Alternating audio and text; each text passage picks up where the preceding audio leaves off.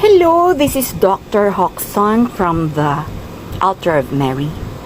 Okay, so nabalitaan niyo ba yung nangyari sa Paris? Sa opening ng Paris Olympics. So, alam mo yung Olympics, di ba? Last time, nasa Japan yon, di ba, no? Usually, ako kasi nabasa ko na yan tungkol sa Olympics. Medyo may pagka-satanic talaga yan. Noong 2012, nasa London yan, at doon sa London, may ganito yung mga presentation, like, merong mga hospital beds, may dalang pang-injection, may oxygen, parang may mga patay, ganun.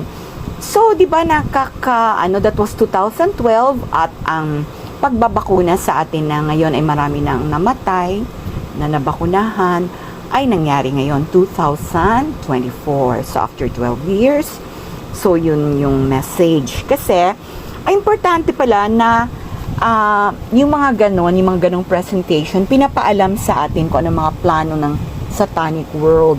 Kasi para sabihin nila, excuse nila yon na, i-inform namin kayo, sorry na lang kung hindi kayo nag-prepare for that, ganon. So, yon. So, ang meron sa Paris Olympics, although ang ganda ng kanta ni Celine Dion, ay yung The Mocking of Jesus. Yung may ginawa sila na Last Supper, tapos ang ginawa nila mga LGBT people, yung parang, yun yung parang counterpart, parang minak nila yung Last Supper. So, ayun, maraming nagalit, no? Billions of Christians. But, marami pa sila mga symbolisms na ginawa na sabi nga galing sa Revelation. And ngayon today ko lang nabasa na sinabi ng mga nag-plan for that was, ang purpose talaga nila, akala nila marami na mga satanic people na sasali sa kanila at magkaroon sila ng parang satanic party. Yun yung, anong tawag dito? Pagan party or satanic party ang tawag. Yun yung dapat na susunod. Pero ang nangyari, nagalit ang mga Christians all over the world. At ang maganda doon, kasi makita mo ngayon kung gaano ka-love ni Jesus, gaano ka-love ng mga tao si Jesus, no? Even the Muslims nag-react to it, no? And then ang daming nag-boycott. Sa France mismo, nagkaroon ng prayer na, wow, millions ng tao yata yung nandun, ano? Sa Brazil, sa Canada. Sa atin, wala pang movement, I don't know, no? Pero, siguro, later on, kasi hindi naman siguro sila nanonood ng Olympics at maraming walang alam dito sa atin, no? What Olympics is all about. I mean, the satanic part of it, no? Yung ano ang simulan ng Olympics na yan. And then, so, yun na nangyari, naging positive. Kung sa tingin nila, minak nila si Jesus, nagalit ang mga tao. So, nagpakita sila ngayon ng pagmamahal kay Jesus. Hanggang ngayon, everyday makita mo. Tapos marami ang nag-boycott. Kaya, panalo pa rin si Jesus. Tawa siguro ng tawa si Jesus. But ako naman, ito yung reaction ko. When I saw that, sabi ko, I don't like that, Father. Ganun agad ako. I don't like that, Father. Sabi ko,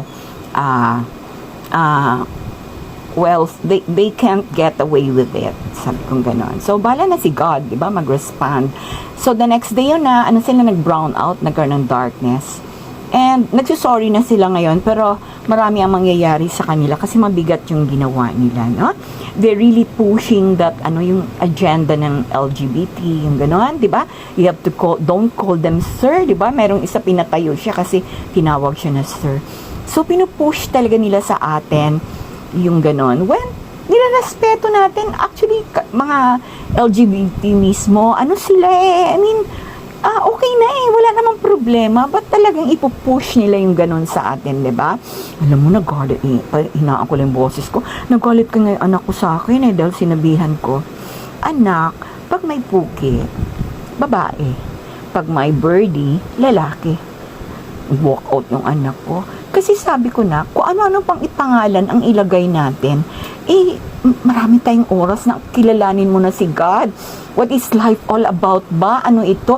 So, ano mga distractions yan? Para na naman mas ang utak natin ay doon pupunta. Like may seminar yan, may subject na ganyan, ganun. So i-occupy na naman ng ano natin, and na-discover na natin na all of these are distractions, no? Even sports, yung mga television, mga telenovela, kaya hindi ako nanonood niyan. Kasi may na-feel ako na may agenda to di ba? The Mexican telenovela, Korean telenovela, lahat yan. At sumasali na rin ang Pilipinas, di ba? Puro drama-drama, mga ganun. I don't watch it. Walang ako, hindi ko kilala yung mga bagong artista. Kasi nga, noon nanonood tayo kasi wala pa tayong alam. Sa ngayon, parang, yun, distraction. Tapos yung mga artista, yayaman sila, bilhin to, bilhin yan. Tapos mag-influence sila ng ibang tao. Allah, it's a big, na pagbabayaran ninyo later. No? Nasa panahon ngayon, ganun pa rin ang ginagawa nyo. Hindi na mag-concentrate na kay God. Ang concentration nyo is still the physical world, no? Kaya diniscuss mo nga dun sa Maurice Rascal story, no? Okay, so yon. So don't forget again to wear your rosary and the brown scapular. So pag titingnan mo, ba si Doktora, ba't rosary and brown scapular? Kasi ganito actually din ang sasabihin ko sa'yo. Pag nagsuot ba kayo pag meron kayong rosary tapos nagsusuot ng brown scapular, hindi ba naisip mo yung, ba't ba ako nagsusuot nito like before? Kala natin anting-anting lang na nilalagay sa katawan natin. This time, you are requested to really know what brown scapular is, and nasa Google po yan. Doon sa mga hindi marunong mag-internet or mag-Google, so kayo nang magturo sa iba. That's what we call, kasi sinasabi ko, the flight of the eagles, no? Kahit as simple as that lang, kasi gigisingin mo sila ngayon Kasi once nagbasa na sila ng brown scapular, biglang maisip na nila yung mga Saint Francis, yung mga Saint Clare, kung saan na mapunta, Revelation, magbasa na sila ng Bible, makita nila kung gaano nakakatuwa ang mga ginawa ni God na para gamitin natin. Even yung mga songs, no? Gawa ni God. Okay, see you again. Bye!